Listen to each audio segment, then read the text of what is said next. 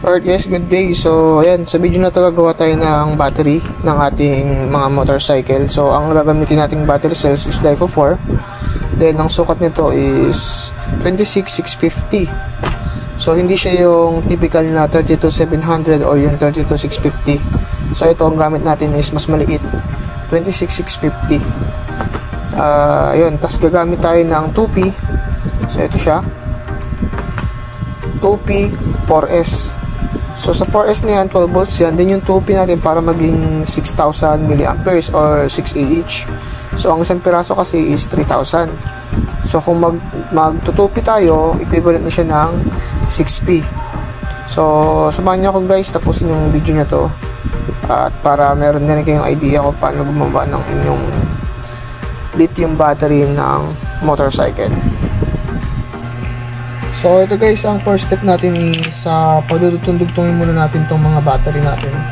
So bago yan, check muna natin yung kanilang mga internal resistance. So gagamit tayo ng tester. Itong tester na to, yung ginagamit ko para makuha ko yung internal resistance ng mismong battery. So nandito siya. Tapos, so check muna natin sila. Kailangan mas maganda pare-pareho sila. The more na pare-pareho sila, mas maganda yung magiging performance ng battery. So 20 mA, 20 mA, 20 mA,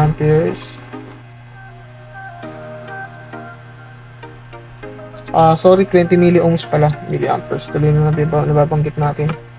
So okay naman, halos lahat naman pare-pareho. Okay, kasi na-check ko na rin to kanina.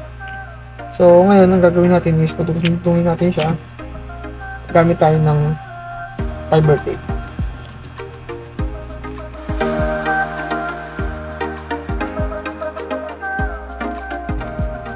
Alright guys, ito na yung battery na spot natin.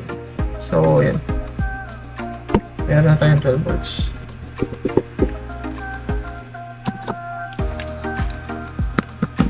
Check natin yung voltage. So yan, meron tayong, kita ba? Ayan, 13 volts.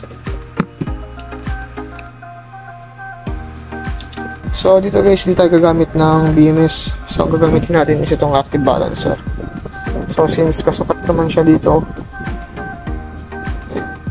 tayo gagamit ng BMS kasi ito mataas naman yung discharge rate niya, pero ayun nga, ang pinakamahalaga kasi meron tayong active balancer para every time na nag-charge siya sa motorcycle, automatic na nagbabalance yung voltage niya kada series. So yun yung pinakamahalaga dito. So install na natin tong ating active balancer. So bago yun, titipan muna natin tong buong battery.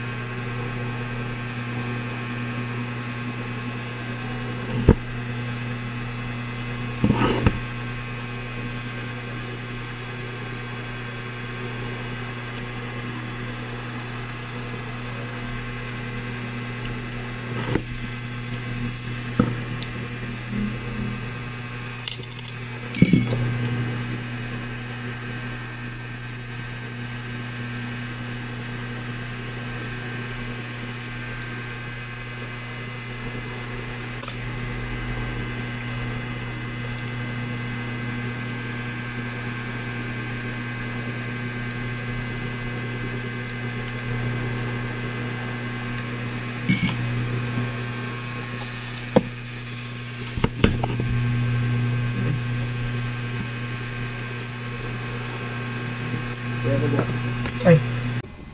So guys, ito nakabit ko na yung active balancer. Bali, ang pinaka-technical pala dito, make sure na nakabit nyo ng tama itong negative line. Kasi ito yung pinakababasihan ng active balancer. Kapag hindi nakakabit dyan at nakakabit to sa mali, pwedeng masunog tong balancer. So, testing natin siya. So, as you can see, wala pa siyang indicator. Then dito, itatouch natin to. So makikita niyo meron na siyang meron na siyang LED indicator. So it's meaning nag-active na yung ating BMS. So tumatakbo na siya. Or gumagana na yung kanyang active balancing. So kung i-charge natin to, automatic magbo-balance na. Try natin siyang i-charge gamit yung DC natin. So ito guys, asinet ko ng 14.6 volts. Tapos 5 amperes yung charging natin. So testing natin siya dito. So magiging connection guys, ito wire dito tapos mismong battery terminal. So para siyang ganito. Sa motorcycle, ito yung terminal niya. So ito kasi na super capacitor yung nakagiri ito. Pang ano siya, pang heavy duty kahit sa ang motorcycle pwede. So ito pang motorcycle lang na normal. Pero ito hanggang ano to, 400cc kaya niyang patakbuhin.